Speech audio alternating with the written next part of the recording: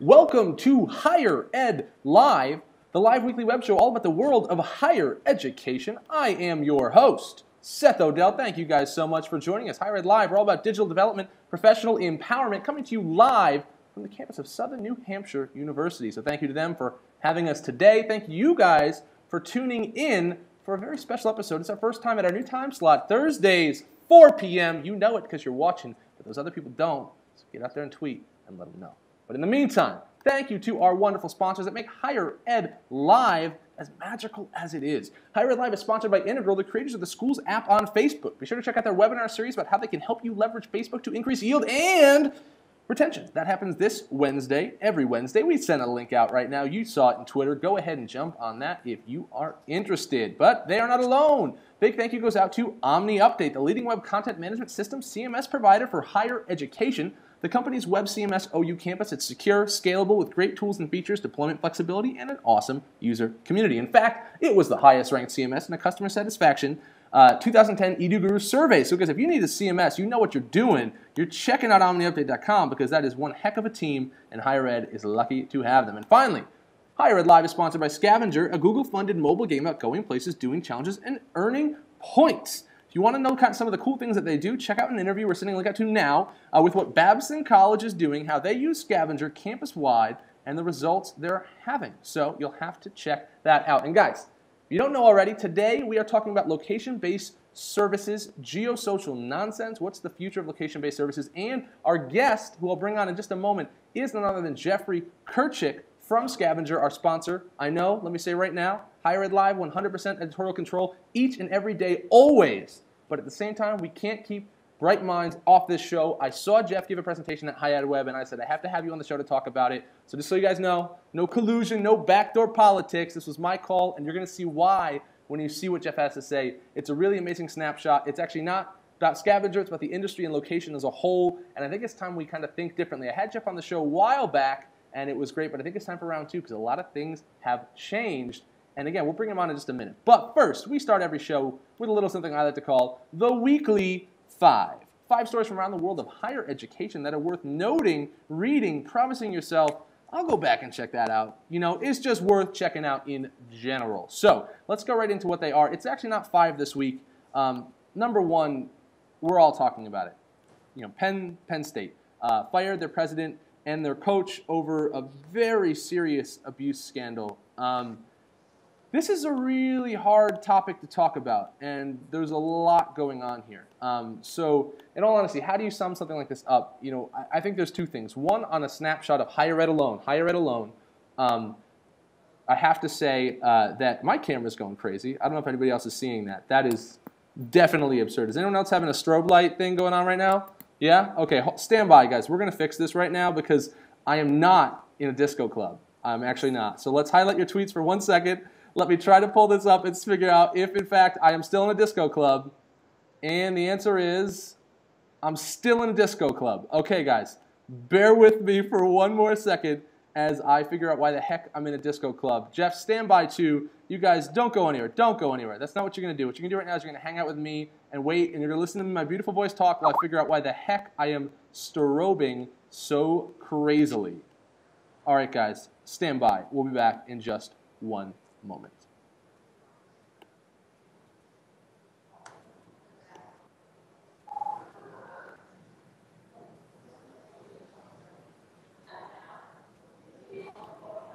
Okay, I think we fixed it. Am I normal? I am not in a disco club. We're not dancing.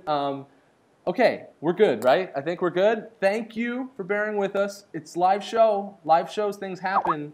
So, you know, what can you do, right? All you can do is make it happen. So, guys, again, back to the Weekly 5. The Penn State story is just really a sad story all the way around. I don't know where to even start with this, so I'm going to just say 2 very brief things. You know, the first one is in the realm of higher education. You know, we should be talking about the fact that a president was fired over a football coach. I think we have some priorities wrong. I don't care what the records are. You know, we're educational institutions first, and it bums me a little bit that this entire story is only about sports. But more importantly, it shouldn't even be about that. And I'm disgusted, obviously, by what happened and what may or may not be covered up or allegedly happened. But every action afterwards, as someone who's worked in TV news, the media has made me sick. This is just a really disgusting situation and unfortunate. And I think the only thing we can do is bow out and have constructive dialogue. I think that this has gotten really ugly really fast on a lot of sides. And I don't know. All I can say is this. Penn State is an amazing institution with wonderful students, amazing faculty, and a great group of people. Let us not lose sight of that. That's it. Penn State's great. Okay, they're great people. Some college students are doing some things, whatever. Let's just let it go. At the end of the day, there's great people at Penn State. I don't want anyone to forget that. That's what I have to say about that. But next one, big one, guys.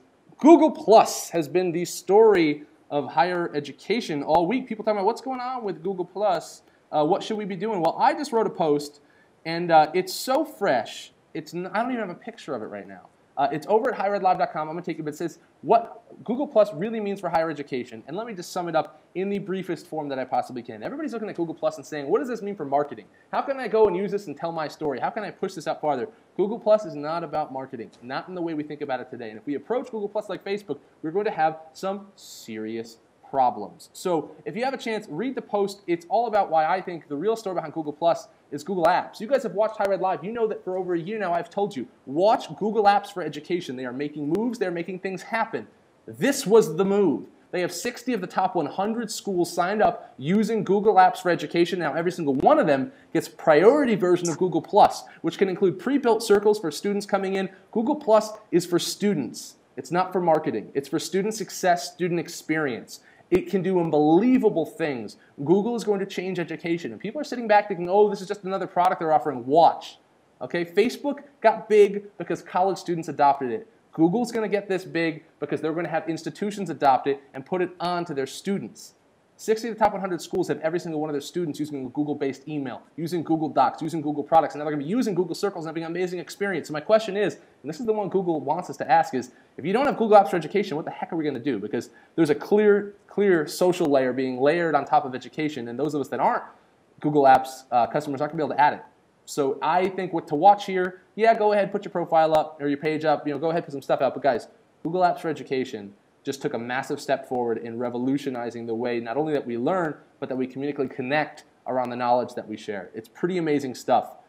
That is what I walked away with most. So Google Plus. So guys, I hate to say it, that's it for the Weekly 5 because I know we're short on time and I wanted to just kind of whip through. I'll send out another link. But in the meantime, unsolicited shout out, any person, place, thing, or idea that I shout out. Why? Because I can. I'm going to shout out my webcam for fixing itself because that was absolutely terrifying. And I appreciate you stuck with us. So realistically, I didn't have a shout out this week because I want you guys to shout out what you want to see me shout out. So shout out anything you want. I'd love to hear what you guys have to say. And finally, without further ado, allow me to bring on today's guest and welcome Jeff Kirchick, University Specialist from Scavenger. Jeff, what's going on? Hey Seth, not too much. Thanks for having me today. Hey, no problem. I'm happy to have you here, man. I'm glad you're going to be talking about this. Before you even dive in, just in case, I know I plugged Scavenger before, but just your one plug of the show. I know you don't want to do any, but so people have some kind of idea, so they know your background and location. Just briefly tell us kind of what you do at Scavenger so they have an idea. Sure. So I'm the University Specialist. I work with probably 400 or so colleges and universities around the country. Scavenger is a mobile game. Think of it as something you could use maybe for an orientation program that gets kids running around campus and in a fun way. And that's kind of what Scavenger does, and it's very fun.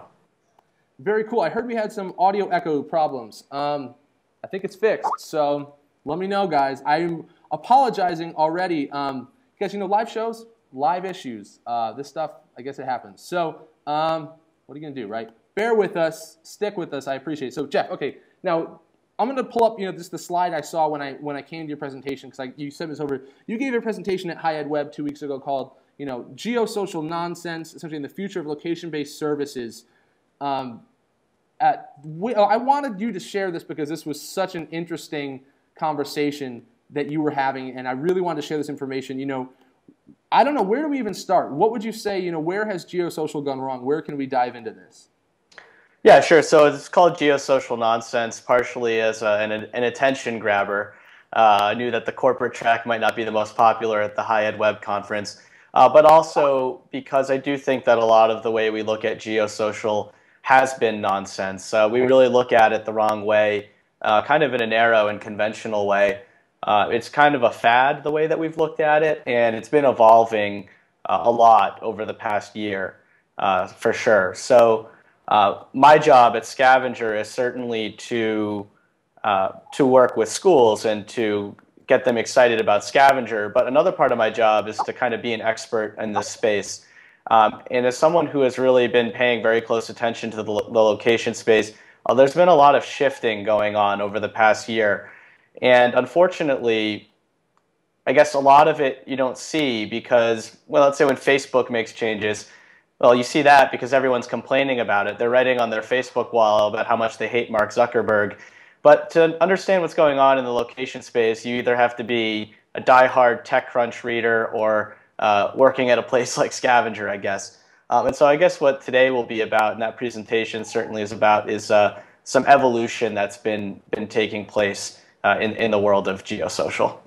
Great. Well, let's dive in a little more then. Where do we even start to kind of sum up where we are? I got to say, before we even get in, I agree. I found that location has been a very frustrating thing. I found a lot of it has been trendy. I've had a lot of questions myself. But one of the reasons I want to dive into this with you is because when we were at HigherEdLive, you did a really good job of saying that, if you write off location because you think it's trendy, you're missing what location really is. There's a lot more there. And I'm excited to get into that. So let's dive in. I mean, let's really talk. What is this going to be all about? Where do we even start to talk about the problems? Yeah, so I guess we should start from the beginning and say what caused all this. If you look back at the history of communication, even at things like Paul Revere's ride, he didn't have a Twitter account. He couldn't tweet people, one if by land, two if by sea, if that's even what it was. I wasn't a history major, but something like that. You couldn't just tweet that out. But then we had handwritten letters, the telephone, social media, and what was happening is people are getting in touch with each other faster and faster and with more people at once. And it kind of seemed like we were wanting to be in touch with people without seeing them face to face. And that's what some people argue with social media. I think a lot of people argue the opposite. We're trying to facilitate real-world interactions by way of the evolution of communication. By way of Twitter, I might be wanting to send a message to 800 people. But if I'm saying, hey, I'm in Austin, Texas for HigherEdWeb, who's here, then I'm trying to facilitate a real-world interaction. So I think what location-based services wanted to do at the beginning was to be the next logical step, right? They wanted to be taking these digital interactions that you had on Facebook and taking them to the real world and actually saying, here I am, I'm at this place. Literally, I'm here, I can use my mobile device to check in at this place and take an interaction on Facebook a step further. And that was kind of the next layer of communication. Unfortunately, what I'm going to get into later is that the way it manifested itself was wrong.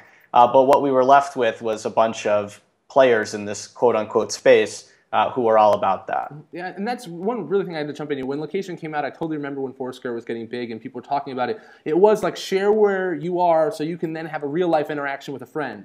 I used Foursquare for a long time. I mean, still once in a while check in. That never once ever happened to me. I never once was in a physical place where I then saw someone else was right nearby and we connected. So I think that kind of the line that was sold on why it was so important maybe wasn't always right from the beginning. That from a personal experience, I can just say that I've seen something like that too.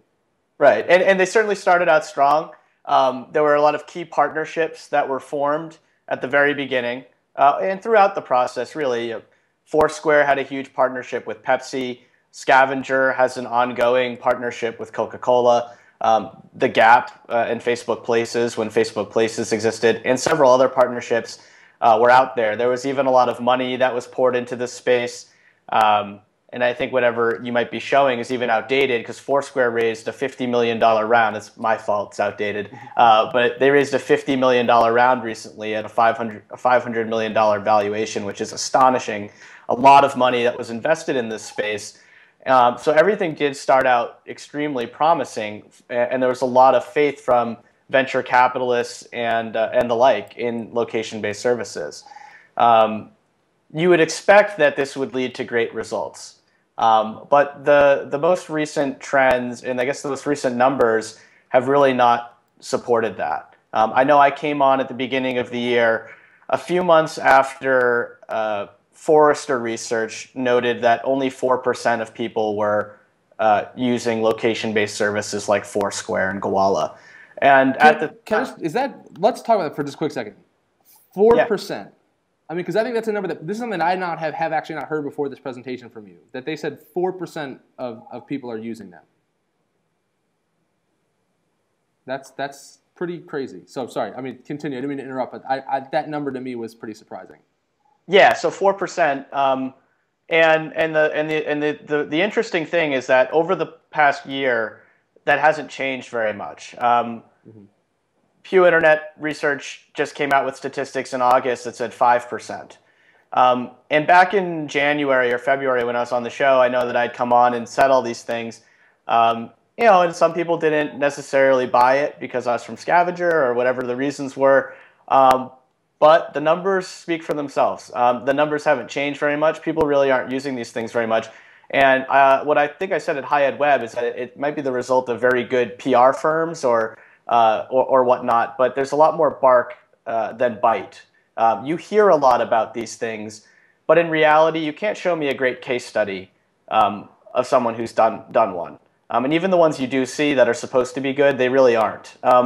And so what people are using location for, though, I think is like 28% or so of people now with smartphones are using location for practical things like getting directions or getting recommendations, things like that. And that's actually the focus of what this conversation will be about, is kind of the shifts that are taking place. Why are people not using the trendy services, but they are in fact using other location-based services, and what does that mean? Totally. And let's dive right in, because I mean, I know one of the big points you brought up that I found really interesting was the whole even value exchange, natural versus unnatural interactions. Let's take this further. Let's lay some of this stuff out for people, because I definitely think you're right. I mean, it makes a very good point, but I'm ready to push this forward. So bring it. Sure. All right, we will. So I got to give a little bit of props to Mike Schneider. He wrote the book called Location-Based Marketing for Dummies. I know some of the local Boston people saw him speak the other night here in Boston, and we talked a lot about this too. So some of these ideas come from Mike, and I think we see eye to eye on location. Even value exchange, natural versus unnatural interactions. So basically, when you give something, you want to get something of equal value in return. Straight up. I'm not saying anything crazy here. Same thing for natural versus unnatural interactions. People want to do things when they feel natural. People don't want to do things that make them uncomfortable, make them do things that are quote-unquote unnatural. So my proposition is that LBS, as it exists now, or as it maybe used to exist, wasn't providing people with an even value exchange, and it was a very unnatural phenomenon. So to give you an example, you might go to a store and pay with your credit card. That seems natural because you've been doing it all your life. It's quick, it's painless. Doesn't make you feel like you're going out of your way to do anything. But if you go to that same location to get out your phone when you're with your friends, open up an app, find the place, maybe search for it if you can't find it, and then click on it, and then click check in, and then show something to a store clerk to get something in return, that's not natural. And it's not an even value exchange. You have to do a lot of work, and you're getting very little in return. Not to mention that for the merchant, the only reason they're giving you some type of Foursquare deal is because they hope you have lots of friends on Foursquare, which you don't. You have a lot of friends on Facebook. So that's not an even value exchange, and it's unnatural. But something that could bridge the gap might be mobile payments. You could still get out your phone and pay with it. That might even be arguably better than using your credit card, because if you think about it, your wallet will move into your phone someday. It's just a matter of time. Totally. And Google has started launching and working on Google Wallet, and we are definitely moving in that area. That's something that I just had a long conversation the other night with Joel Goodman, Kyle Judah, and Gabe Sanchez from Integral, all about the wallet idea. It's just, there's an amazing shift going on right now, and I really think that point is a really good one that you make, though, about whether it feels like work or not. Like, for those of you that used to use Foursquare, I know a lot of us tried it out. Why did you stop? And when I think about that, I stopped because I didn't get anything out of it, and it was work. And I'll be honest, the only time I ever check into Foursquare anymore is when I'm posting to Instagram, because I want to share an image with people. That to me is a fair exchange, and I have to hit one button, but I don't have to open anything. And it's like that's the only time remotely, if I ever check in again, is because they removed the other barriers. Because it's with another application. It's totally a very fair argument, and one that I think that people were checking in for a while, and then it's kind of the so what now? Like why? The big why. You know what I mean? Right. So I think that's fair. I get that point. I'm with you so far. Sure. Another major point to take into account is kind of the difference between social and influence. So here at Scavenger, we think that the last decade was about social. And I'm not going to plug Scavenger, but we're all about games. So we're all about games. Facebook is about social, and we think that the last decade was about social. Social services are things like Facebook, like Twitter, like Instagram. They provide social utility to people. That's what social is all about. The difference with influence is that influence drives behavior. So companies like that would use influence might be Yelp, because they give people recommendations and encourage them to do try different things. Groupon is actually a company that you would consider influential, because they create transactions. They get people to go to local businesses and buy things. That's influential. It's not social. It has social components, but at the end, it's an influential behavior. Bunchball is another company, or Badgeville even, are companies that use game mechanics on companies' websites to get them to do certain things. So to get consumers to do certain things. So think about going on LinkedIn. You're filling out your profile. It says you're only 90% of the way done. You need to upload your resume to get to 100%. That's game mechanics. That's what Scavenger's about, but it's also what other companies are doing to create influence. And so a lot of the location-based services started out purely social. And anything that's social is basically competing with Facebook, whether they like it or not. You'll notice when they interview Dennis Crowley, the CEO of Foursquare, whenever they talk to him about Facebook, he tries to insist that they're doing different things. I've never bought that. I'm sure very few people have bought that. But they might be transitioning into something where we would believe that. But to give you an example of the difference between social and influence, might be checking in at a place. That would be social. You're telling people where you are. Something that's influential might be in South Korea, on the subway, people shop using QR codes. They have virtual grocery stores in the subway. Saves people time. They learn all about the products using QR codes. They fill up their shopping cart, and it gets hand-delivered to them by the time they get home. That's pretty amazing. It's influential. It helps people. It saves them time, and it certainly saves them a lot of energy. This really isn't any different than Twitter. Think about when you first started using Twitter. I know when I first started using it, it was pretty basic for very basic purposes. I might say, hey, I'm eating an apple right now. I didn't even know why I should use it. I had Facebook. But then I realized that Twitter was a great way to share news. It could actually provide influence. I didn't know about any of the stuff going on at Penn State even until I was on Twitter, or the death of Osama bin Laden. I found out through Twitter. It became more influential over time, and people started using it for networking and things beyond just the social aspects. The last example I'll leave you with is LinkedIn. LinkedIn is a social networking site. It is very social, but it's professional. A new service called Lunchmeet, Lunchmeet, kind of a pun, uses your LinkedIn profile to find other professionals near you that you could meet with for professional development. That's influential. It's definitely very social, but it's creating influence. It's leading to things that can help you. So I would say that that's maybe a borderline example, but probably still a good one. All right, interesting. Well, I think some people might have some comments in there. If you do, get them out here, guys. We share what you say on air, so I want to hear it. Interesting stuff, man. So the QR code thing, I got to say, I do agree. I have had a big problem with QR codes for a long time, and I kind of went off on them for a while and hated on them.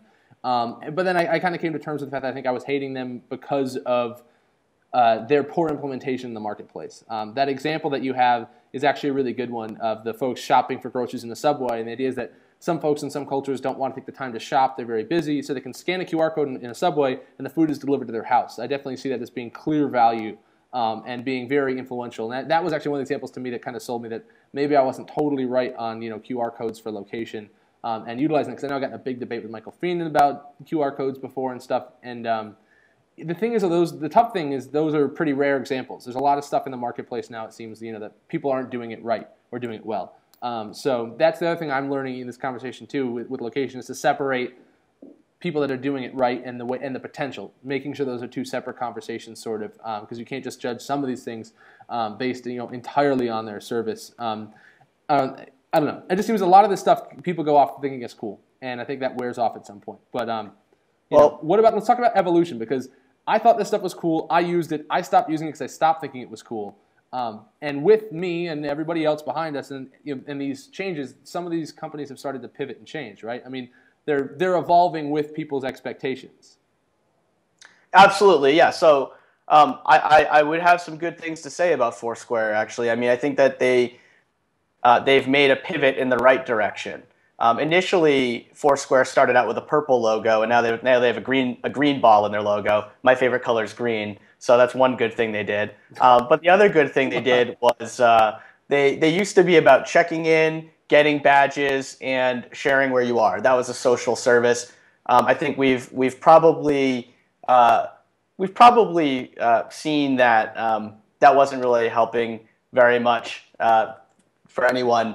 But what they have evolved into is something that's a little more practical. So now you go places, you might check in and get like a Groupon deal, or you might get recommendations on where to go based on where your friends went. That was a big update that they made a few months ago. That's actually kind of useful. I might want to know where I should get my next cheeseburger. I might use Foursquare to do that now. I'm not going to say that I think that this is a lifesaver. I personally don't think that it's a lifesaver, but I do think it's a step in the right direction. And the fact that they made that pivot is pretty indicative that they're probably aware that that check-in space was fading. Mm-hmm. Now, the reason I guess if I am going to comment on why I'm worried about their future, at least under this new model, it's because there is a local company called Where in Boston that did and is still doing exactly what Foursquare is trying to do right now. They were just bought by eBay.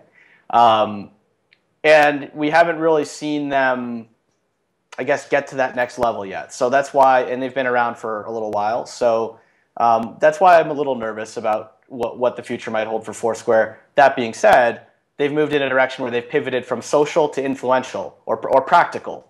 And practical things people can use. I guess the other way I'd look at it is they moved from being a Tamagotchi to something like a can opener.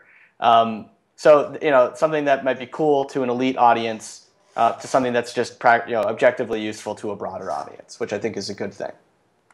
So when we're talking about pivoting and, Foursquare's made some moves and some changes, I got to think that the biggest pivot that I've seen in this space has been Facebook, because they kind of went in all guns blazing, and things have changed a lot. Now, I followed it, but as someone who's followed Facebook Places, I'm sure more than me in the space, I mean, what happened there with Facebook? So Facebook, that's a good one to bring up. Facebook is not very funny, I guess, but I guess pretty interesting what they did. So they came out with Facebook Places a year ago, last summer. And then this past summer, they got rid of Facebook Places. And now, when you use Facebook for location, you share where you are with what you're doing. And that's the way it always should have been. No one cares that I'm at Scavenger headquarters right now doing an episode with HigherEdLive. They care that I'm doing an episode with HigherEdLive. Oh, and by the way, I'm at Scavenger headquarters.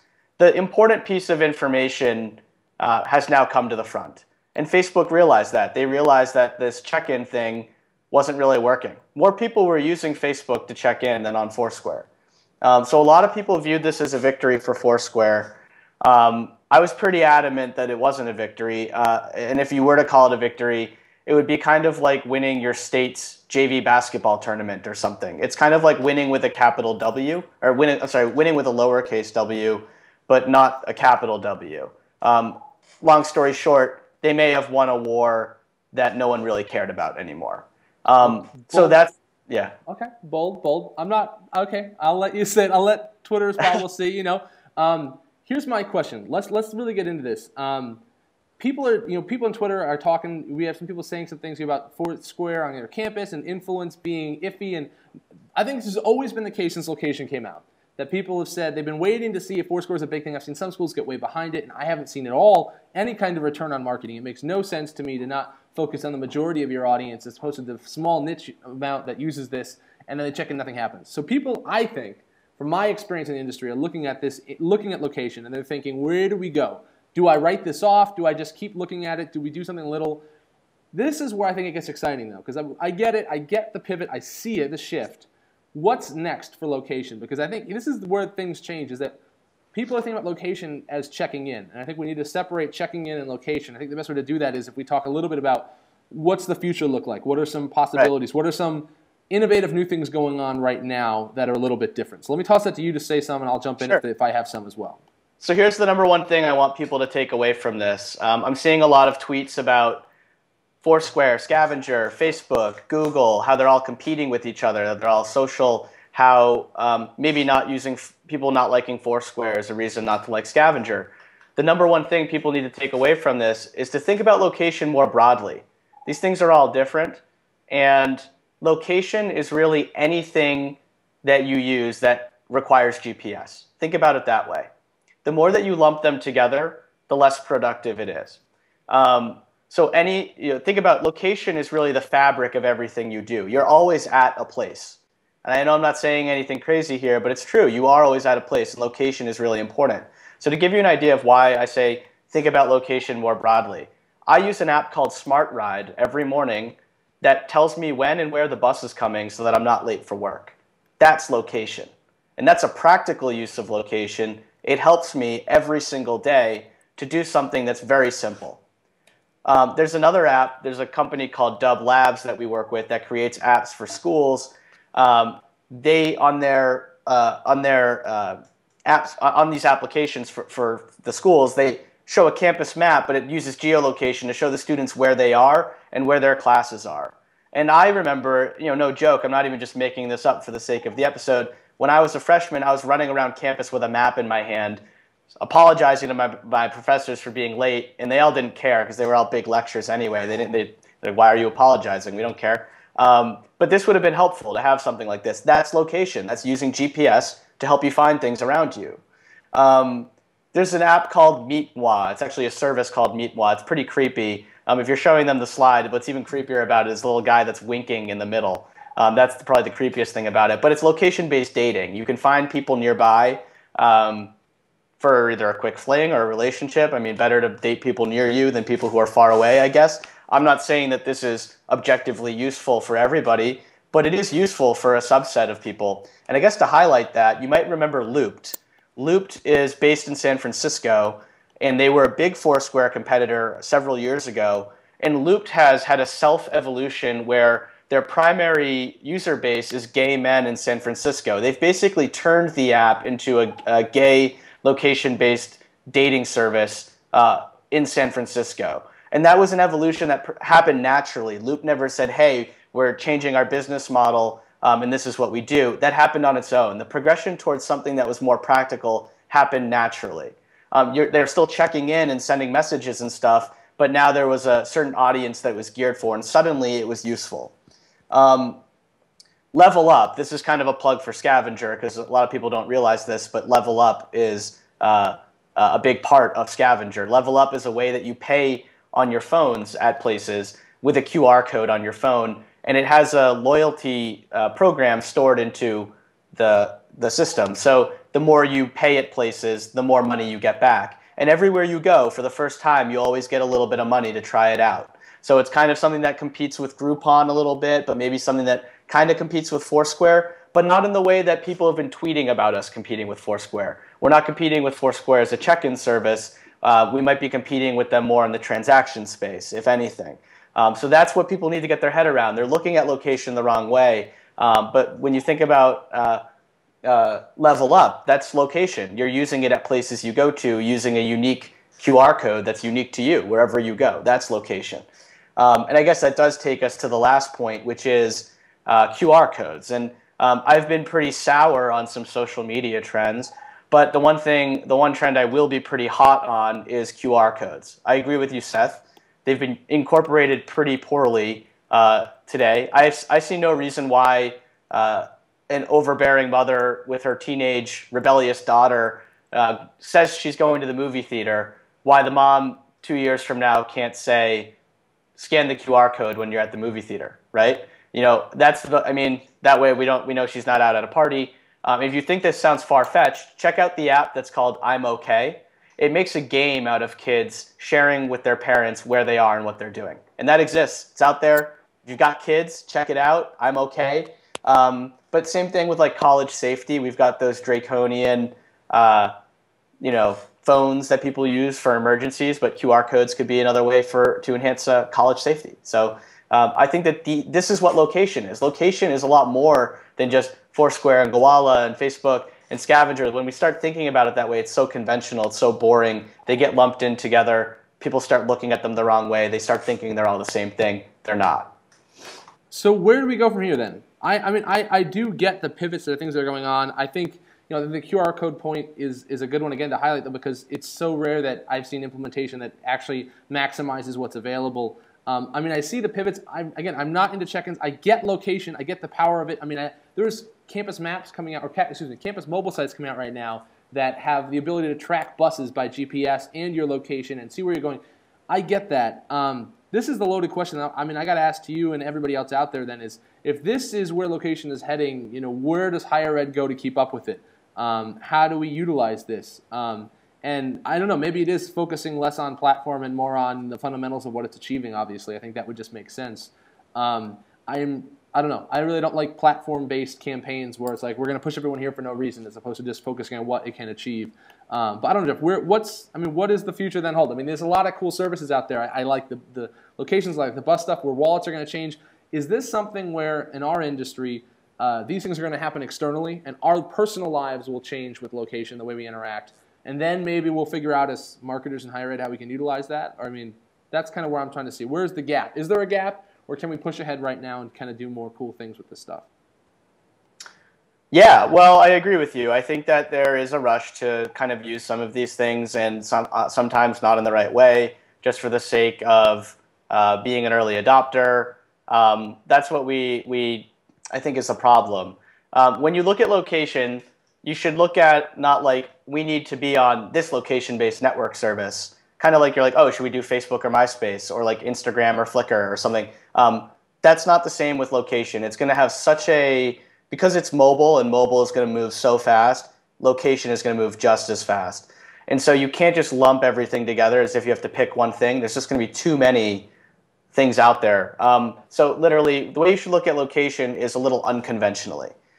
Stop thinking of it like Foursquare, Scavenger, Gowalla, etc. Start thinking like, what could I use for my campus? I know someone asked a question about Gowalla. Gowalla is infinitely better than Foursquare for higher education.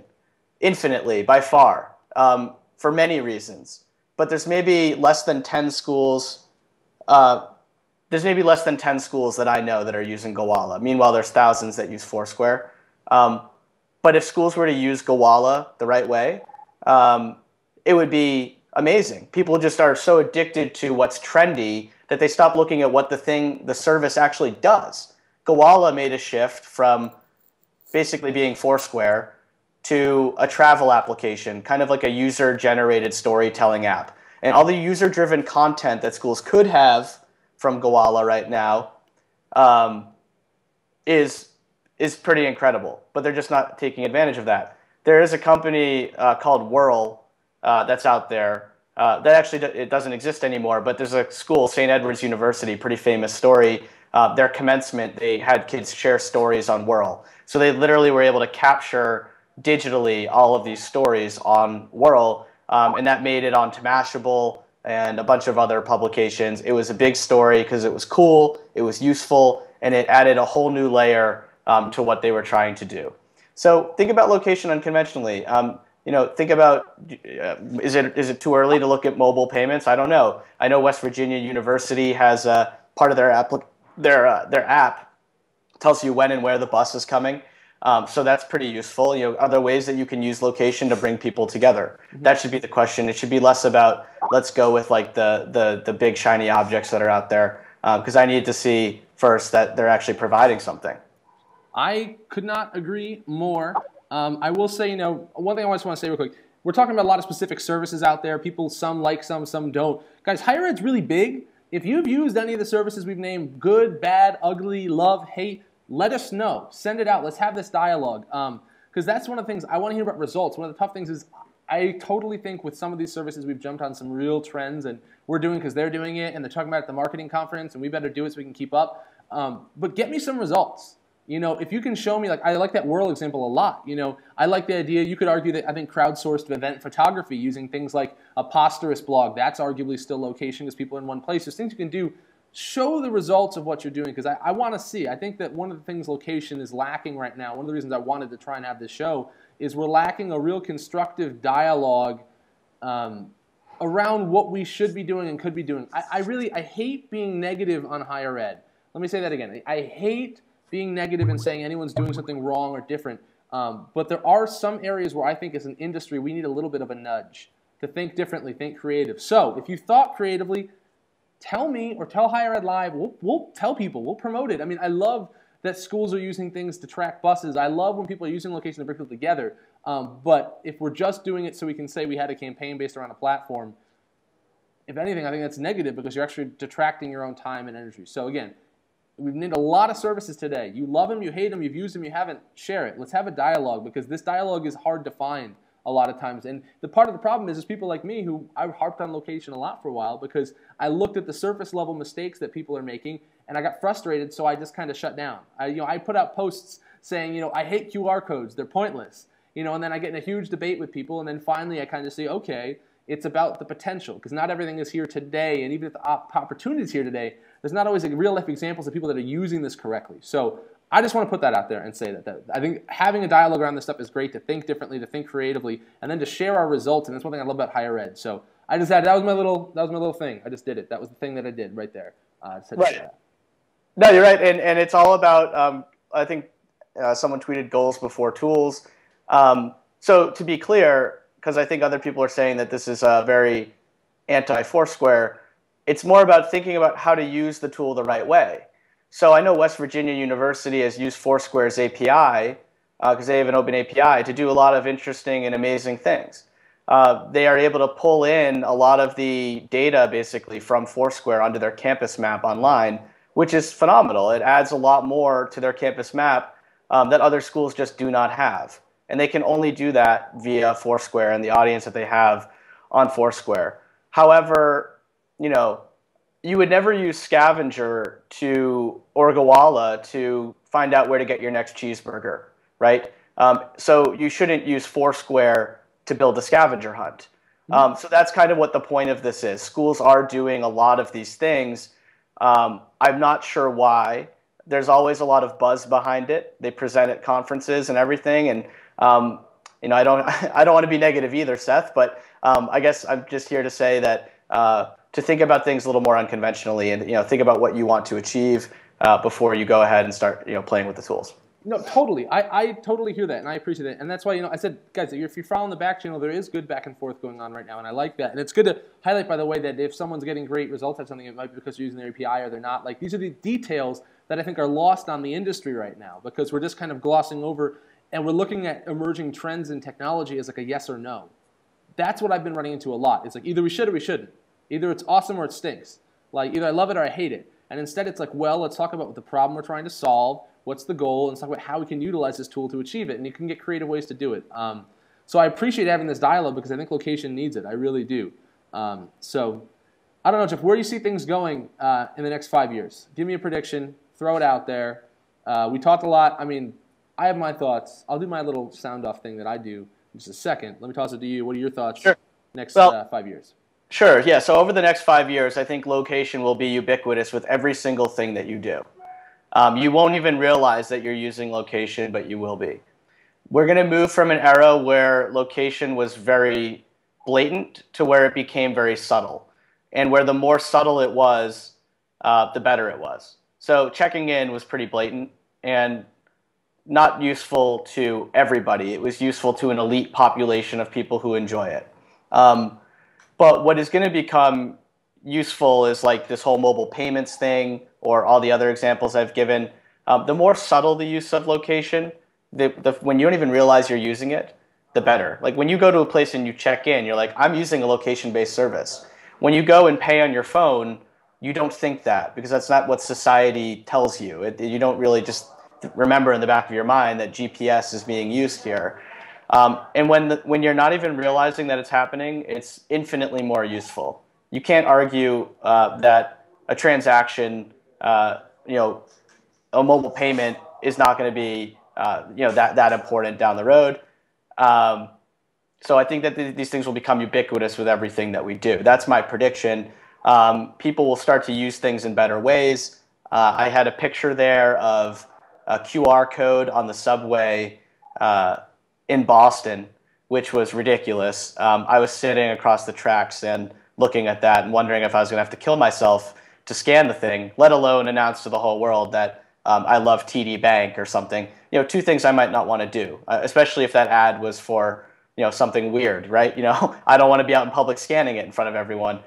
So the implementations aren't necessarily right now. That doesn't mean that people aren't doing really cool things. I've mentioned some good examples with Foursquare, and University of Kentucky did a pretty cool promotion with Facebook Places a while back. But I think that the cool things you'll see in the future will be a little more subtle. It won't be about checking in. It'll be just things that are a little more useful to people, things that help bring people closer, but not in ways that are purely social, a little more influential.